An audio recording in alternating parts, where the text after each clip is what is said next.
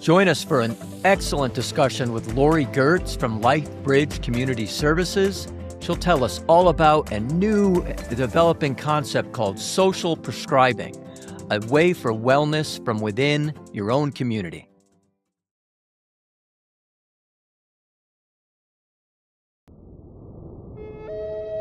The Elven Star Podcast.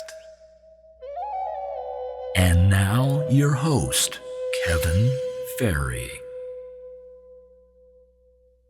Hi, I'm Kevin Ferry. Welcome to the Elven Star Podcast. Today's guest is Lori Goertz.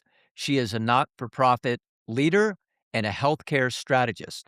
We're going to learn some cool stuff about how to reconnect our people who need help to each other in their own community and to bring healing. And I'm super excited to talk to Lori today. Welcome, Lori. Thank you so much. Thanks for having me. You're very welcome. So I got to talk to you a little bit last night, and man, it was just like so many cool things that you do and just resonated with me. And it really felt like home because it's like one of the reasons I want to do this podcast is bring people back into their communities, right? And so you've been at that for a lifetime.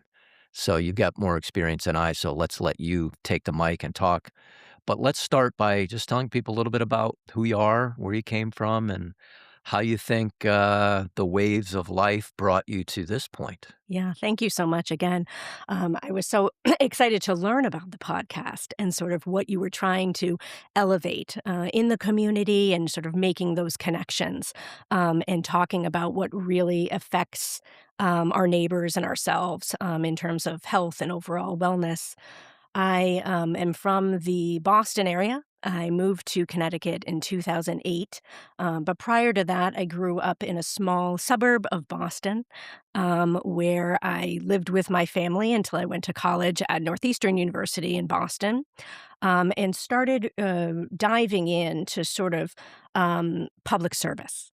And I ultimately ended up studying sociology and political science, but while I was at Northeastern, had started working with various nonprofits in the Boston area, and nonprofits that focused on poverty-related issues, domestic violence, and ultimately worked for the Boston City Council for a while, and transitioned over to Project Bread the Walk for Hunger, which is the largest anti-hunger pledge walk in the country. When I was there, it was a 20-mile walk that 40,000 participants did every year, and we raised $3 million, which would go back into the community to food banks and soup kitchens all throughout the state. While I was there, did a lot of political advocacy around free school meals for kids, which is wild because that time frame was about the early 2000s when I was working on that campaign and trying to ensure that low-income students had what they needed to thrive. And ironically, last year, Governor Lamont in Connecticut just passed a universal free school meals program, which felt wild considering my connection to it 20-odd years ago in Massachusetts. But I was happy that it is getting some attention. Ended up getting my graduate's degree at UMass Boston in public policy, and then shifted to Connecticut, which for me I felt as if I was a fish out of water, moving from Boston to Fairfield County. Didn't really know what I was in for, but ultimately found just a tremendous community. Not only in Westport or Weston, where I've landed of late, but I've been focused on working in Bridgeport specifically for almost 10 years now. More recently as the Senior Director of Marketing and Communications and Development Fundraising for LifeBridge Community Services. Wow. All right. So the first major important question I have is, all those years in Boston, I don't detect any sort of a Boston accent. No, I don't have one. It's wild. And both of my parents had relatively strong accents. I never picked it up. Just, it never came. It's not like you Never made a came. conscious choice. I don't want to sound Pak the Ka in the yard. No, wicked pissa. No, I never never grasped it. All right, all Mhm. right. Well, it is what it is. When I was at Gettysburg College for a while before I transferred to UConn Yeah, to finish up my undergraduate studies, everybody down there told me, "You have a funny accent." yeah. Like, "Okay, I'm from Connecticut." I never had been told that Connecticut people had accents, but Right. whatever. Everyone's got their ear for their Sure. thing. So, yeah, you've wound up in sort of the New York side of Connecticut Mhm. almost, right? Sure. There's more of an influence of New York down there, Mhm.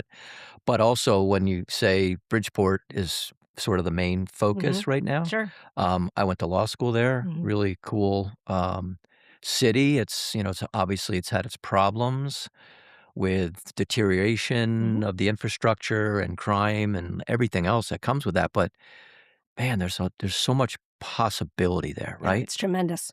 It's Yeah, tremendous. yeah. And again, for me, I've also been, very intentional in trying to change that narrative.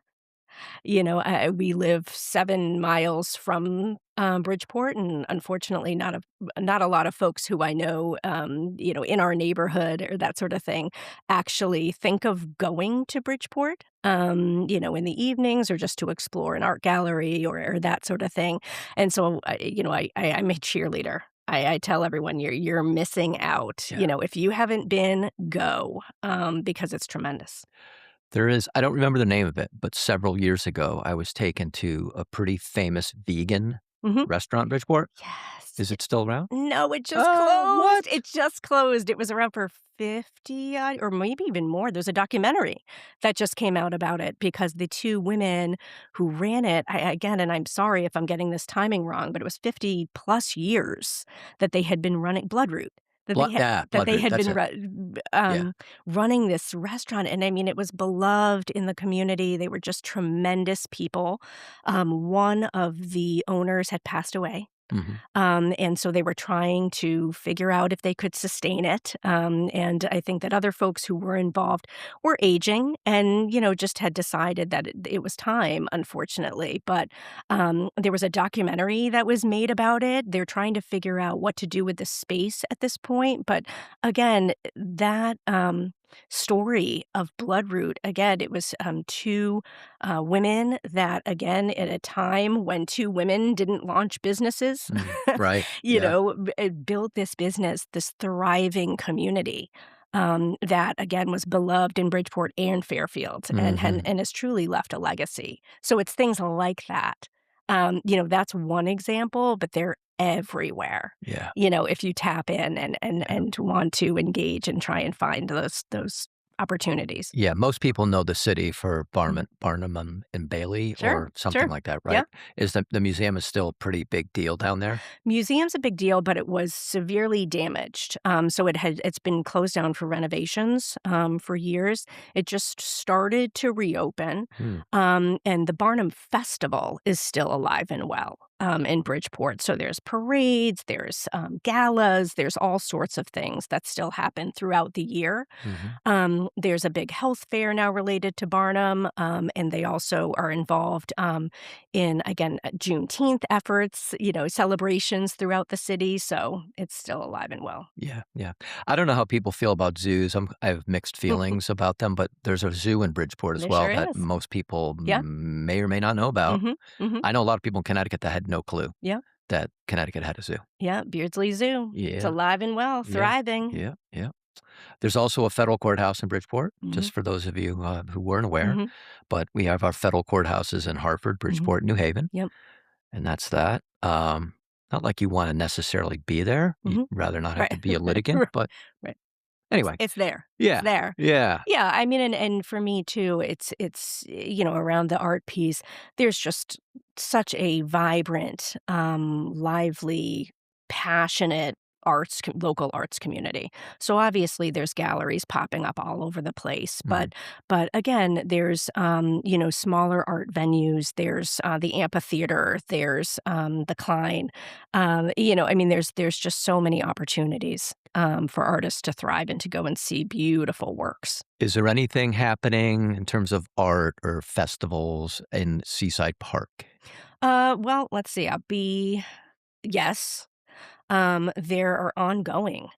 festivals, especially throughout the summer. Oh, cool. We are involved. LifeBridge is involved in the Juneteenth festival, and again, it's a parade, but it's also a community Mhm. health fair in a few weeks at Seaside Park. There's another event coming up this week around handgun violence prevention. It's a block party on Seaside Park, so Seaside Park is again thriving. Yeah, it's beautiful. It's Yeah, beautiful. it's really cool, really cool. So, there's a couple things that are really resonating with you based on our discussion last night. Mhm. I'm gonna save the big one for the end because I can't wait to talk about Sure, that. sure, But let's talk about what LifeBridge does sure. in the community and how you've been building that up and how it's sort of morphed into new areas over time, Yeah, no, right? I would love to talk about it. Yeah. The first thing is it's wild. LifeBridge is one of the oldest nonprofits in Fairfield County. They've been serving the greater Bridgeport community for over 177 years, Whoa. which is wild. And Yes. it started out as an orphanage many, many years ago, and obviously over time has consistently evolved to meet the needs of the neighborhood. When did it stop as an orphanage? I'm just My curious. gosh, I would say probably after the first 50 years, Okay, okay, 40, 50 years, okay, and then it started morphing into different iterations, okay. again, of different community programs. Mhm. So in the last 30 to 40 years, we've primarily focused on our behavioral health services, which was only reinforced, in a huge way post-COVID. Because, Yeah. I think that, in this country, we're experiencing a youth mental health crisis, not only youth, but just in general, which was only exacerbated by the pandemic, and especially in a community like Bridgeport, which is under-resourced, and again, the children and families who live there just didn't have the same access to resources during that time, and so isolation went through the roof, stress, loneliness, all of those things. And so LifeBridge at the same time was going through a leadership shift. And so 4 years ago, our new CEO, Edith Boyle, who's there now, came on board and reevaluated who we were and how we could have the greatest impact in the community. And so, long story short, we decided to buckle down on those behavioral health services, serve more kids locally, and not only strengthen our clinical services, but also start to think more broadly about how we could expand our impact beyond our clinical walls. And so, what that meant to us is thinking about the skills people need to regulate their nervous system. So we're living in Bridgeport. We're working and living in a city that, as I've said, is under resourced, has a tremendous prevalence of trauma, has a lot of poverty, has a lot of crime. And so, even though we're providing art therapy and talk therapy at LifeBridge, we thought that it was important to start to spread awareness about just stress and living with chronic stress and how we can learn and tap into different resources where people can try and manage this on their own. So again, not everyone needs therapy all the time, but I think it is true that people need some help managing day-to-day stress. Yeah. I don't wanna knock you off topic Mhm, too much, but I something came to mind. mhm, To me, when I'm trying to settle cases mhm, now, like we talked before the show started, money only does so much, right? mhm, mhm, And unless the bad actor, I'll just call him that, the bad guy in this mhm, story, and there's no good or bad really, but unless the party that's paying the money mhm, actually learns or changes mhm, their ways, mhm, then this exchange of money didn't really do much. mhm, So, in order to sort of restore harmonic resonance, I'm constantly trying to look for ways that are non monetary mhm, to include in a settlement agreement. mhm, Like corporation that did something bad, they might agree to have a new position within their outfit to like look at this problem and figure it out, stuff like that.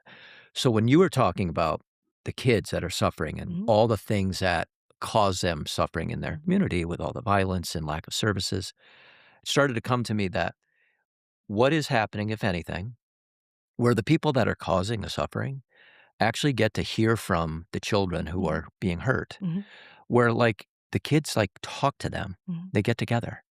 They say, this is how you guys make me feel when you're out shooting your guns at night, or whatever it is. Is there anything like that happening? Like, even if that's not exactly it, but just in a way that includes all of the people that make up this whole mesh? Mhm. I can't speak to whether or not there is direct access to any perpetrators or victim. That's not something that I'm Okay. necessarily aware of. Not to say that it doesn't exist, but it's just not something that Okay. I've worked on personally. One thing that I will say is we have so outside of our clinical walls, we do a few things. So we offer a stress management training free to the community, which is called the Community Resiliency Model Training. And again, it's all about nervous system regulation and being aware of um, how we show up. Just being more mindful of we as people and the kids we serve and other folks who we work with in the community, that we're all carrying something, and to be a trauma informed provider. We all need to recognize that and know that how I show up today may be different from how you're showing up today. And what does that mean? It may impact my ability to have this conversation with you. It may affect my ability to think clearly and make clear choices in our next step. And so, offering this free training to the community, we're hoping that we're spreading knowledge and awareness. So in my role, again, I'm particularly focused on fostering partnerships and collaborations. And some of those collaborations may seem more obvious. So, working within the school districts, working with other community providers, working with healthcare providers. But one in particular, I had approached a bank. And I was talking with someone again about a financial commitment, but they were struggling to see how they fit in. How are we? How does our mission and brand fit into what LifeBridge is doing, and how can we support overall wellness? And we don't necessarily work directly with behavioral health providers, and so we started talking about again being trauma informed and how trauma and chronic stress relates to everyone.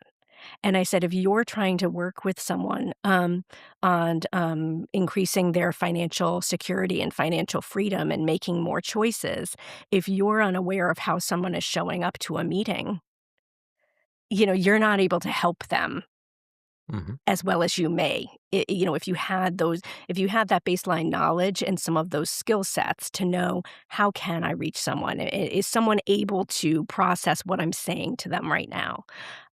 Because so many folks that are living, with chronic stress and trauma, you're living in fight or flight mode.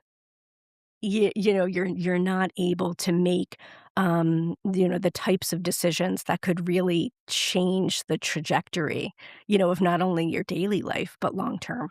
Right. I mean, just physiologically, Mhm. people that have that type of stress, they may not know it, but they're breathing up to about their chest. That's right. So they're not getting any real oxygen deep into their cells. That's right. They keep that fight or flight response Mhm. going when all it takes is a couple like mindful breaths Yep. to activate the parasympathetic nervous That's right. system. This is But what our training is. yeah, This is and by the way, we talked all about part it. of it. I teach the Wim Hof method, and I'd Mhm. love to come down and like help you guys. Yeah, I would I love really would. that. It would be neat.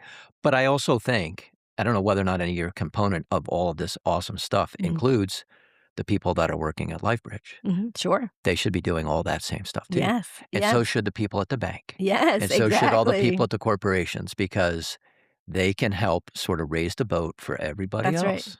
That's right. So that's kind of what the idea Yep. of this thing was, but also what I've been thinking about a long time is, Mhm. yeah, we're always trying to help, Mhm. but how helpful are we Right. if we're not doing the work? That's right. That's right.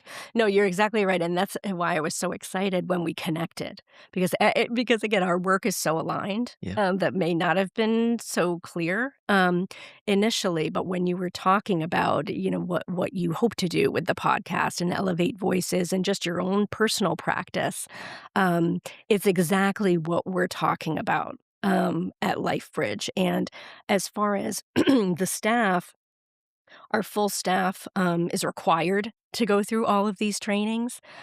We also were very mindful about reshaping all of our policies, our staff policies, to be more trauma informed. Realizing that everyone who walks through our door, is carrying something. One of the beautiful things that I love about our clinical team is a lot of our clinicians are from the community. They're there because they wanna give back, and they're there because they have their own lived experience, and so, for our clients, that's huge. That's a tremendous benefit to go and talk with someone who can sympathize and empathize with what they've gone through because they've gone through it, Yeah, as well. absolutely. Yeah, those are the seeds that are gonna help Yep, rebuild these communities. yep. When people stay and they nurture That's and they right. try to pull people back up. Yep, Yeah, yep. that's awesome. Yeah, and so, again, taking it a little bit further, just for some context, um, what we have done in Bridgeport is, not only strengthen our clinical services around this. All of our clinicians are trained specifically to treat trauma because the prevalence is so significant. We pre-screen every child who comes in for trauma for that reason. And last year, 6 or more, over half of the kids that we're serving had experienced 6 or more adverse childhood experiences, which is huge. So meaning that the kids have experienced either physical abuse, sexual abuse, loss of a caregiver, food insecurity, violence in the home, 6 or more. That's You know, unbelievable. and so when you're thinking about those kids who are also, going to school and trying to learn. Yeah, right. Yeah, I mean, so again, there's layers here, we all have layers, and so it's thinking about how we can best serve them. So we've strengthened our clinical team, but we also provide these trainings free of charge to the communities, and that also includes a very strong partnership with the Bridgeport Public Schools. So we train teachers, we train administrators. These teachers are trying to work with students, 30 or more students in their classroom that, 30 or 40% of them don't speak English as their primary language. Mm, So, yeah, and they have all of these other yeah, issues and yeah. challenges. So we're trying to address the program in different ways. Do the schools in Bridgeport have any gardening programs? We actually I can't speak to the specific schools because some might. We work very closely with a, nonprofit partner called Groundwork Bridgeport, Oh, cool. which is fantastic, and so they manage all of the community gardens throughout, the city. Oh, that's neat. So we had someone on from Roots of New Britain, and Mhm. Roots of New Britain has now implemented gardens in every single school Oh, it's huge. in the city. Yeah, It's amazing, and it's it huge. kinda caught on like word of mouth. It was the Mhm. only thing that it needed. Yeah. One teacher talked to another teacher, and then that teacher said, "Oh, we want one here." Yeah. So I'm big on you saw the gardens in front of your office, Yes, so yes, I I love believe it. that's a big way to reconnect us to Agree. ourselves Mhm. internally, like Mhm. Mother Nature, ourselves. Yeah. So yeah, this sounds awesome. Bridgeport's Yeah. cooking. It's cooking right now. And as far as, the other piece that I think is important is for the past few years, we've put on large community events. One other thing that differentiates LifeBridge from area nonprofits is that we build all of our programs and policies, as I said, through a trauma-informed lens. Um, but we're also all about shared learning and access to information. So we've very intentionally shifted away from a donor-centric fundraising model to be more community-centric. So what that means is instead of holding annual galas for a small group of folks who have the capacity to write big checks. We've decided to shift away from that and have events within the community, within Bridgeport, for Bridgeport. And so we're raising the same, if not more money by bringing people to our city and offering these events free of charge. So our latest community symposium, we call it a community symposium, was held last month at the University of Bridgeport. And we had hundreds of healthcare providers, community leaders, policy leaders in a room to hear expert speakers on this topic, on nervous system regulation, Mm. community members, and we offer it free of charge. So, again, I think what that illustrates is another model can work as far as fundraising goes, and trying to engage the community in it, in a shared learning, and also just this incredible willingness to be involved. So, I mean, we've built this over time, obviously, and I'm so excited that to having been a part of this for the past few years, and it's only going to continue to grow. But it's this recognition across sectors that it applies to you. It's sort of the example again about the contact with my bank contact. And initially saying I don't see my role in this. Well, now they do. And more people want to get involved and want to figure out a way to spread knowledge and engage. That's amazing. Mhm, And the fact that you're trying this new fundraising mhm, model, mhm. it seems like it's more, organic. Yes. It seems like it's more inclusive. Mhm.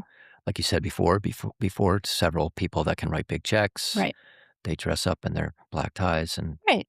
And feel good listen, and do good. It's great, but right, there's not that many people right. that can participate in those types of events. They're expensive to go to. That's exactly right. And Yeah. and and again, and this is typical. I mean, I've been in development for most of my career, and I get it. I mean, fundraising is important. You need resources to do what you want to do, um, but there's just different ways to do it.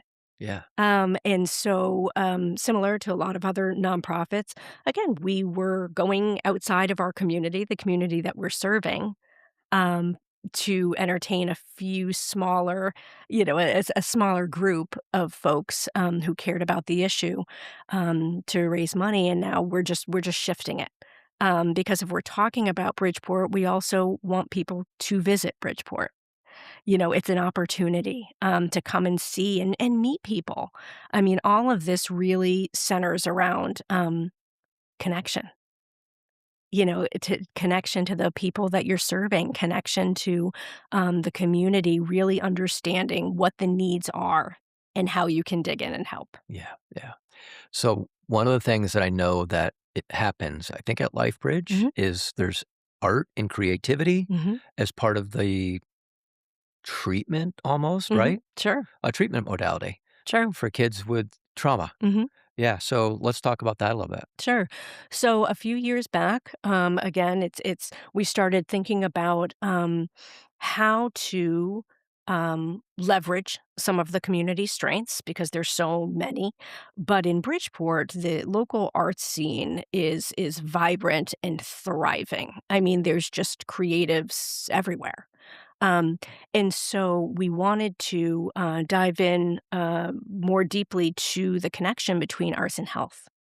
And so that ended up looking at it in a few different ways. One was we launched a community mural club for local Bridgeport youth.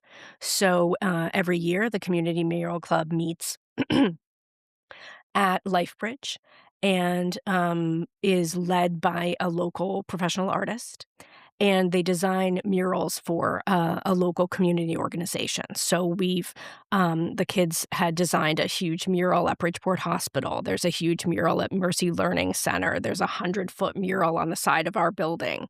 And the idea is, again, there's obviously this connection between arts and wellness and um, just fostering this sense of community in that when the kids are all working together and building something beautiful for their neighborhood, it also leaves them with a sense of tremendous pride. At the end of these sessions, we invite all of the families, we invite the entire community, we invite elected officials to come and look at this beautiful piece of work that the kids have contributed to, and that will be there for years to come. It just really fosters this sense of community and also builds the kids up.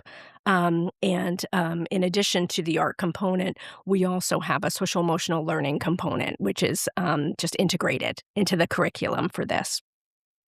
As I've said, we also are one of the only local community behavioral health providers offering art therapy.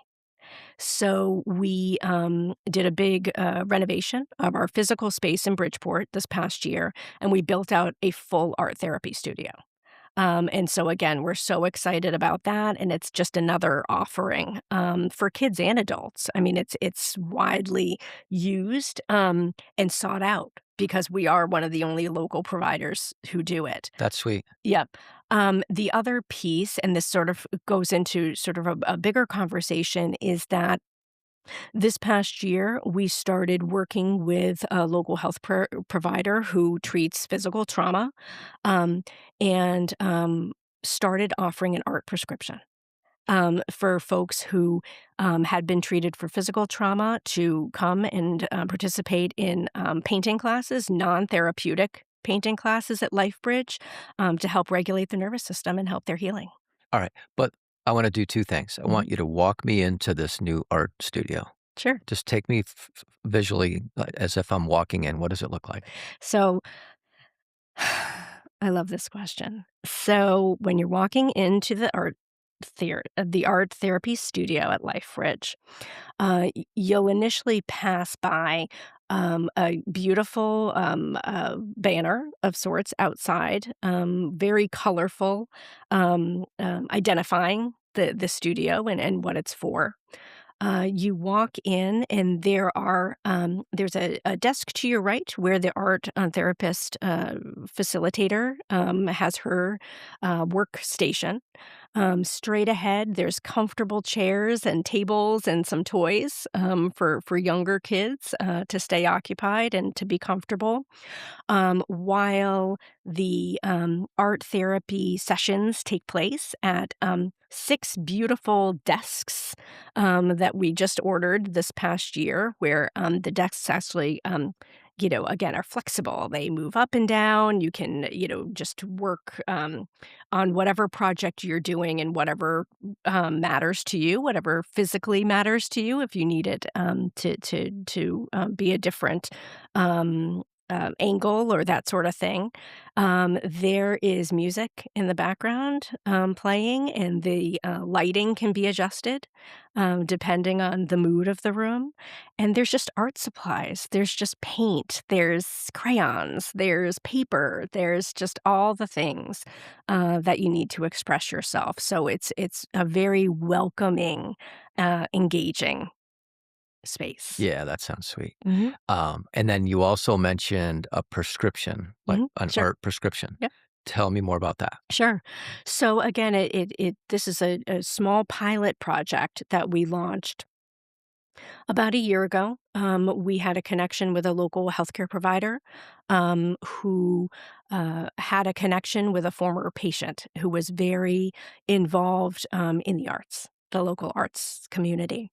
And they had many interactions throughout treatment around this connection with arts and health. And so ultimately, I'm fast forwarding through a few pieces, but ultimately, we were connected with this healthcare provider who wanted to explore an option and knew what we were doing in the community. Said, you're offering you're offering art therapy. You have this community mural club. Could we design something else? What does this look like? How can we start making this happen? And again, that's the beauty, I think, one of the beauties of LifeBridge. So our team is dynamic. We move fast, and we're constantly trying to think about other ways to expand our access. And this was another example. So we reconnected again with a local professional artist, started talking about what we had hoped to accomplish and how the local healthcare providers could literally write out an art prescription. So, there's a paper form, there's an electronic form, but once folks are treated for their physical trauma, they are given a prescription to come to art classes at LifeBridge. Wow. Is it being recognized and paid for by any of the carriers out there? Right now, it's paid for by a private grant, Yeah. but it's a pilot. Yeah. Yeah. It's something that, intuitively we know that there is this tremendous connection between Yeah. arts and health, Yeah. and how can we leverage that? So fast forward to our most recent symposium on nervous system regulation. As we were thinking about who the speakers were going to be, and what again would really benefit the community, we started investigating an organization called Social RX. So they started as an agency called Art Pharmacy years ago, and it's evolved over time, and now is called Social RX. And it's essentially it's a model around social prescribing.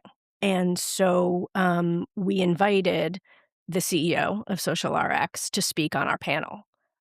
Because again, not necessarily because we were directly related to them um, in terms of having a work relationship, but just the concepts appeal to us. We're like, wow, this is really interesting.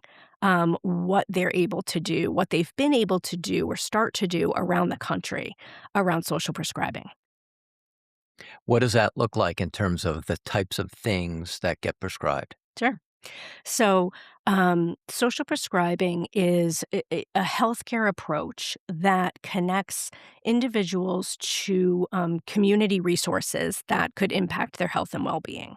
So, instead of solely focusing on um, uh, uh, the medical treatment, you're looking at factors within the community like loneliness, stress, social isolation, access to health, or I'm sorry, access to arts, and housing insecurity, food insecurity, all of these things that have negative outcomes to overall health and wellness. So they're looking at that and realizing that if they can expand access in parallel to their medical treatment, it will increase their long-term health outcomes. And hopefully diminish their need for additional medical treatment Sure. in a system that is really clogged up right now, Mhm. right? So many of us are frustrated if we need to go into that system. You have to go to 9 different doctors. Yep. It takes months and months and months to actually find out, if you're interested in finding out, Yep. what a diagnosis is. Although my Tai Chi master says, don't let them put a sticker on your forehead. But anyway, but this sounds like a great way for people to like almost self-regulate and self-heal within the community Right. and not become stuck Mhm. in a system that, humbly isn't bringing a lot of healing. Yeah, and I think yes, and I think that, for Bridgeport and for similar cities, we are a recognized healthcare provider. Sure, we're in a healthcare provider shortage area. Mhm. So we know that, our emergency rooms are, again, they're overtaxed. They can't catch up. People don't have regular access to the health care that they need and deserve. So if we can start to reframe and think about things that more people have access to on a regular basis within the community. It could be an art class. It could be Um, it could be, physical activity, access to nature. It could be a library. It could be, access to books, access to information. But it's recognizing that these things could have tremendous impact, in addition to just a medical treatment. Yeah, huge. And to me, like I said, I think it shrinks the doorway into a medical system when people realize that that doesn't have to be this huge door that I have to walk into Right. anytime I'm feeling anxious or nervous or short of breath. That's right. I don't have to go to the ER. Mhm. That I have to listen to my body. I Right. have to ask myself, who am I? And start to learn how this spacesuit that we have works. That's right. And all the stuff you're talking about is exactly that because it down regulates this That's right. anxiousness that everyone's got. That's right. And the other piece around social prescribing that I love and that is so important is that a key piece of this is having link workers. So what that means is social prescribing is really about what matters to you. So someone, who may benefit from an art class, someone else, that might not be the right fit for someone else. And so it's not just having access to all of these things, but it's having link workers that can really help you identify what fills you up. What do you care about? Even if you're unaware of it, what are the things that ground you? What are the things that can help you and help your body and spirit heal? So that is an essential piece of social prescribing because it's not a one size fits all. Right, right. And what's interesting to me is now having learned more about this, and again, quite honestly, I felt like I had a I had a moment last year when I attended a conference in Newark, New Jersey, on the arts and social prescribing. That's all it was, and I had never attended something like that or knew about it. And I had this transformative experience in that, I went and felt like, have I been living under a rock for the past decade? Like, how did I not know that this existed? That there are providers all over the place talking about how we can better integrate arts and health and looking at just the tremendous now volume of evidence to say that this works. And so, after attending that conference, I really started thinking about it, not only in terms of how can I bring what I just learned back to Bridgeport, because Bridgeport is so well positioned to do something like this, but I also just started thinking about my own life and realizing that throughout my life, I've personally always went to the arts when I've struggled. Always. It's for me, and again, for me personally, it's live music. When I'm struggling or I'm upset or dysregulated or something's happening with me, I always lean to music. I always go to a show. I always listen to something that can calm me or bring me joy and that sort of thing. And so it's really helping people tap into that. What brings you joy? How can we get there? How can that help your overall healing and wellness? Um, and so it's really about it's activating all these connections within the community. Yeah. And so again, when I walked up to the studio this morning, um, because I'm aware of these things and how they affect people, I loved seeing the gardens when I first walked up. I was like, oh, this is so wonderful. You also have a little free library out front, which again, I'm also a big library person. So, again, I saw that and I was like, oh, like books and access to information, and it's painted so beautifully. And, it's like all of these things can help you. People like you said, I Mhm. I I felt like couldn't believe there was these new things going on I wasn't aware of. Well, right, we know what we Right. know. Right. We think we know what we don't know, but we don't know what we don't know. Mhm. That part might be the biggest part of all. Mhm. And to have an open mind, Yeah. especially today when there's so much strife in the world, Mhm. is probably the greatest gift you can give yourself, Mhm. is to reconsider everything you ever thought you knew was true. Mhm. 'Cause I'm sure that's one of the things that you're learning Mhm. as you go on and develop into these new areas, and you Mhm. just discovered some cool stuff. Yeah. And thank you for noticing the library. Take a look, there's cards in there Mm. about the podcast even, and Mhm. there it says, "If you know someone who'd be a great guest, please call this number." Yeah, I love it. Yeah, so we're trying to get that out to the community, so Mhm. if people this is a cool city, I mean, we were talking about it Yeah. before. There's a lot of diversity here, and there's a lot of cool stuff going Mhm. on. Um, with LifeBridge and with social prescribing, Mhm. how does that how does that continue to build, and where do you see it going? Mhm. Well, it's interesting. I think that, LifeBridge is one of the only local agencies, specifically in Bridgeport. I can't say across the state by any stretch, but in Bridgeport, as of right now, that is actually actively engaging in this way.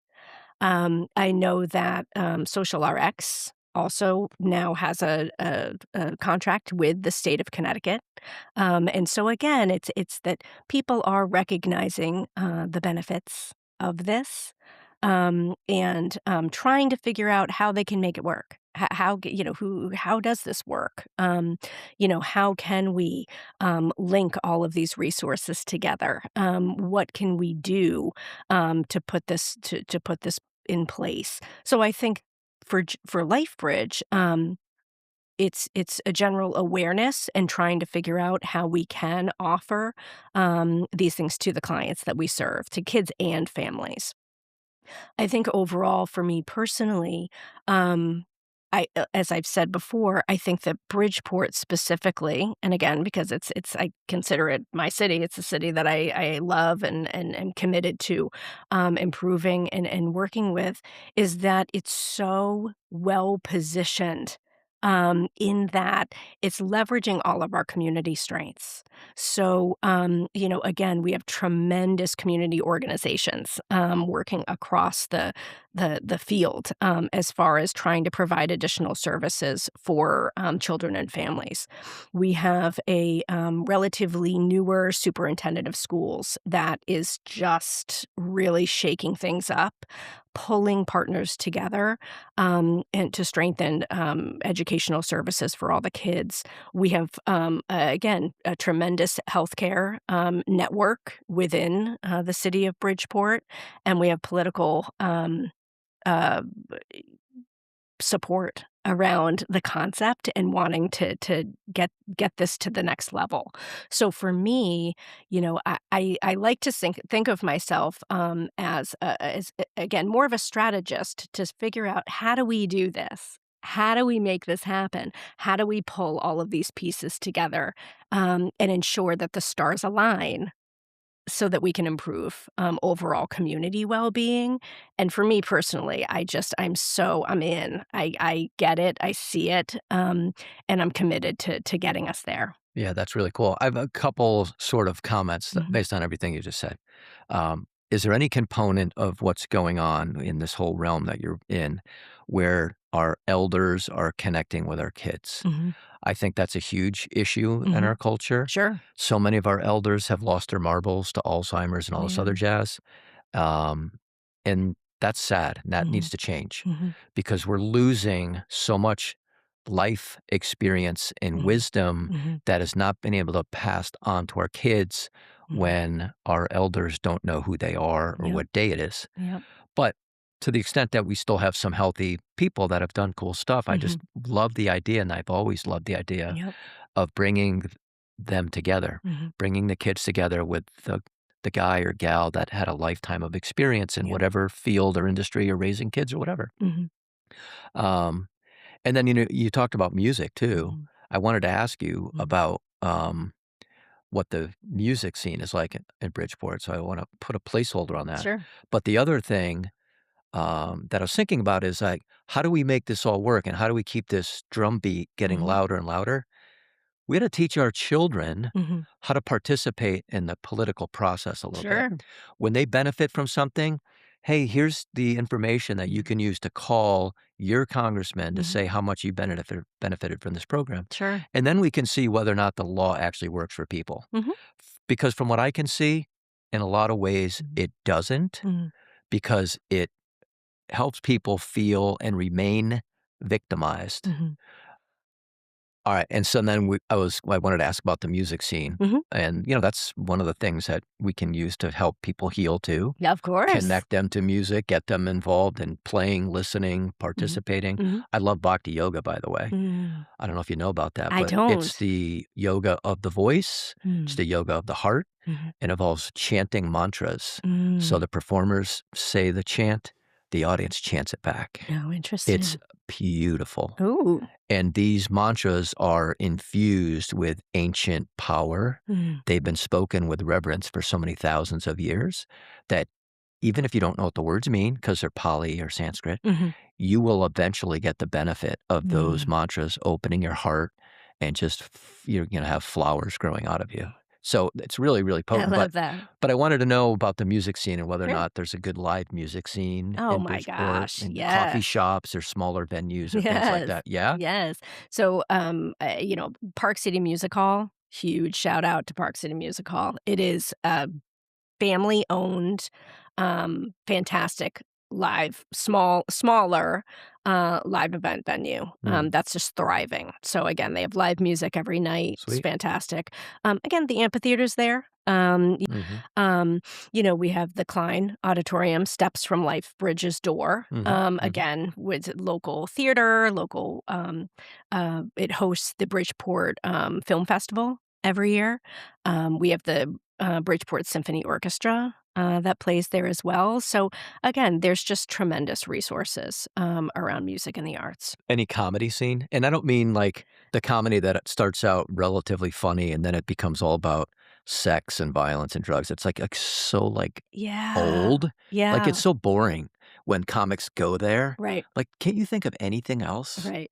There is a comedy club downtown, and so again, I can't speak to the specific acts, but we do have one. That's sweet. Mhm. Cool, cool. All right. Anything else you'd like to share about your vision or what people need to know? Because I think this was amazing. And I think that the whole concept of social prescribing, Mhm.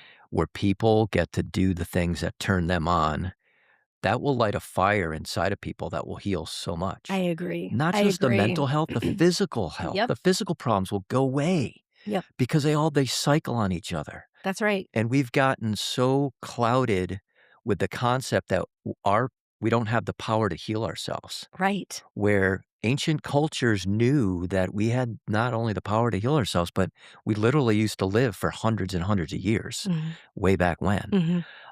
And I think we can do that again. And Yeah. that's kind of where the great sort of consciousness, Mhm. awareness arising Mhm. that's going on right now, I think is Mhm. happening. And what you're doing is a big part of it. Yeah. So, yeah, thank you. Yeah, thank you for giving me the opportunity, and again, I think that we are so aligned, on all of these concepts. I think ultimately it's, um it's about lifting people up, and giving them the tools that they need, when they need them. So if we're looking at, again, health and wellness and overall community wellness, it's just that. It's just being aware, of how, we can make people stronger, and giving them the tools. How do people connect to you guys Mhm, on a phone number, a web page, whatever you'd like to tell us mhm. because they need to hear about it. Yeah. Let's get them Yeah. in. So the LifeBridge website is lifebridgect.org. Again, all of our services are there. My name is Lori Goertz. My contact information is there as well. Connect with me on LinkedIn. Visit our website. I'd love to hear from you. Awesome. Yeah. Thank you. This was a absolute pleasure to have you Oh, on. likewise, Yeah, likewise. I'm so thrilled to have this connection. me too. Yeah. Thank you. Thank you. Thank Yeah, you for all you're doing. thank you. You as well. If you love this episode, like and subscribe and follow us on your favorite podcast channels.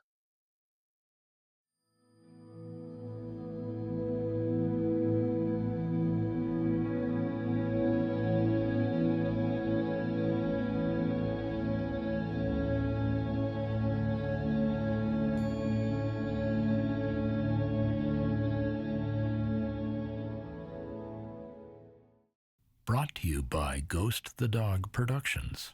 Barking from the rooftops, baby. Ooh. The Elven Star Podcast is underwritten by Ferry Law.